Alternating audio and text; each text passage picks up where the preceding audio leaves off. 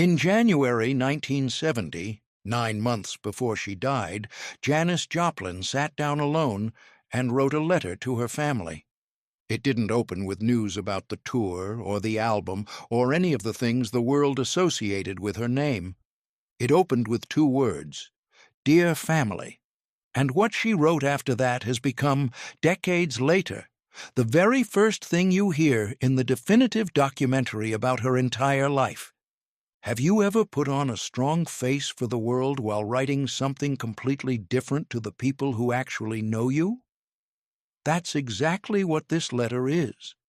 And once you hear it, you may never watch her old performances the same way again. On January 19th, 1970, Janis Joplin turned 27. She was, by any external measure, at the peak of her fame. Cheap Thrills had gone to #1. She was one of the most recognizable performers in America. The image the world had of her was fixed, fearless, loud, larger than life, utterly in command of every stage she stood on. Sometime around that birthday, alone, she picked up a pen. "Dear Family," she began, "I managed to pass my gasp 27th birthday without really feeling it." Pause. That single word in parentheses, gasp, tells you something important before you even get to the rest of the letter. It's a joke, but a tired one. The specific exhausted humor of someone marking time, passing faster than they expected, and not entirely sure how they feel about it. She kept writing. "I've been looking around," she continued, "and I noticed something."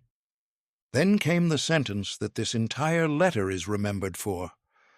"How much you really need to be loved and need to be proud of yourself." Read that again, slowly. Not, "I need more fame," not, "I need a better album or a bigger tour or more recognition from critics who'd never fully embraced her." 2 specific, simple, universal human needs, to be loved and to be proud of yourself, written down by a woman the entire country already loved and admired from a distance. Here's the specific tragedy folded inside that sentence. Janis Joplin was, by any reasonable outside measure, one of the most loved performers in America in January 1970. Audiences adored her. Critics were finally starting to take her seriously. She had achieved almost everything a young singer from Port Arthur could have dreamed of. And in a private letter to her own family, she was writing about a need to be loved that clearly wasn't being met by any of it. This is the gap between the public Janis Joplin and the private one. And almost nothing captures it as precisely or as painfully as this one letter.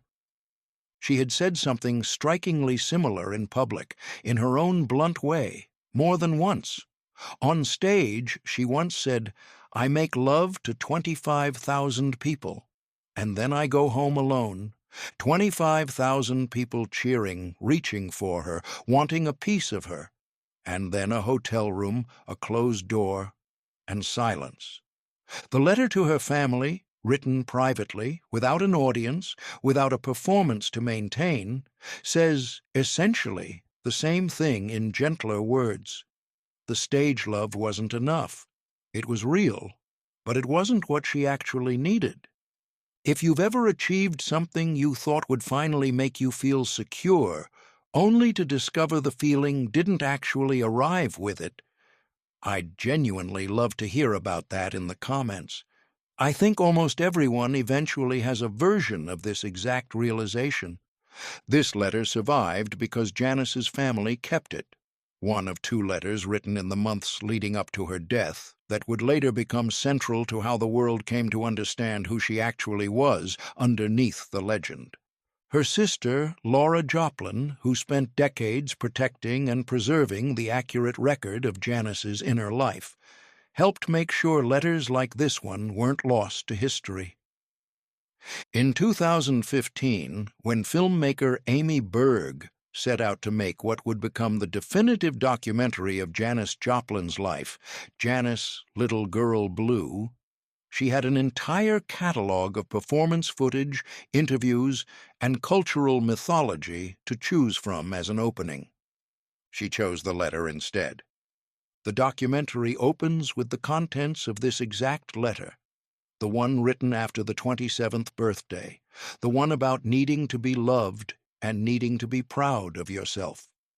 Before a single note of music plays, before the feathers and the volume and the legend, the film starts with a private, quiet admission of need. Berg made a specific choice with that opening, to tell you, immediately, that everything else you're about to watch, the wildness, the power, the stage-shattering performances, sits on top of exactly this. A woman who wanted, more than fame, more than adoration from strangers, to simply be loved and to feel proud of who she was. 9 months after she wrote those words, Janis Joplin was gone. She never got the chance to find out whether the things she was looking for in that letter would have eventually arrived. The tour ended, the studio sessions for Pearl were still unfinished, and the private search described in that letter simply stopped. What remains is the letter itself. 2 words at the top, "Dear Family," and 1 line underneath them that captures something almost every person alive has felt at some point, whether or not the whole world happened to be watching them at the time. Need to be loved, need to be proud of yourself. If this story changed the way you'll watch her old performances, that's exactly what this channel exists to explore. Subscribing means you won't miss the next one. And if you know someone who's ever needed to hear that it's all right to want simple things even while achieving big ones, send them this video. Subscribe. The next story goes somewhere nobody has taken you before.